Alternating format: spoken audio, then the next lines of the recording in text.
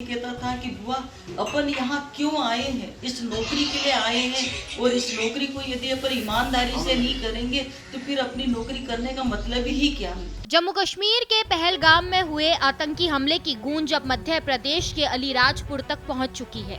इस हमले में अलीराजपुर जिले के जोबाट निवासी और इंदौर के वीड़ा नगर में रहने वाले सुशील नथानिएल की मौत हो गई है, जबकि उनकी बेटी आकांक्षा गंभीर रूप से घायल हुई है।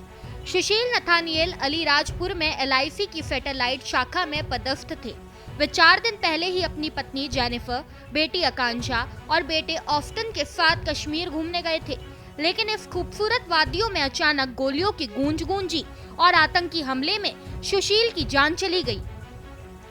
इस हमले में उनकी बेटी आकांक्षा को भी पैर में गोली लगी है। आकांक्षा सूरत में बैंक ऑफ बड़ौदा में कार्यरत है। पत्नी जेनिफर और बेटा ऑस्टिन सुरक्षित बताए जा रहे हैं।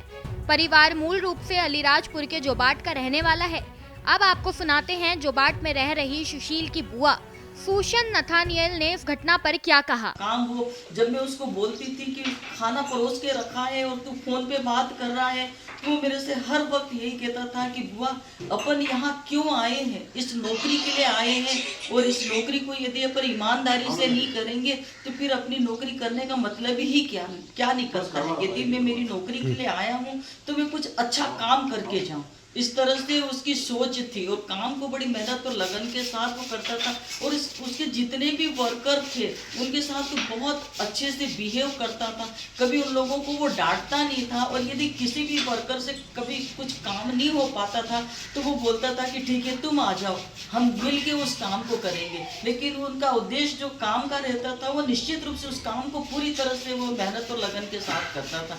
और मेरी सरकार से ये निवेदन है कि उसकी जो डेड बॉडी है उसको सही सलामत उसके निवास स्थान इंदौर पे ले आए, ताकि उसका फ्यूनरल समय पे हो सके। उसकी पत्नी की तबीयत खराब हो रही है, बेटी को पैर में फ्रैक्चर हो गया है और हम चाहते हैं कि वो सही समय पर वहां तक पहुंच जाए। उसका जो बेटा है वो पिता की जगह उसके बेटे को नौकरी मिल जाए तो ये बहुत बड़ी बात होगी हमारे लिए। ये दुखद घटना न सिर्फ एक परिवार के लिए बल्कि पूरे जिले के लिए गहरा आघात है। आतंकियों के इस कायराना हमले की हर और निंदा हो रही है। इस खबर में बस इतना ही। ऐसे ही तमाम खबरों को जानने के लिए देखते रहिए भारत एक्सप्रेस मध्य प्रदेश।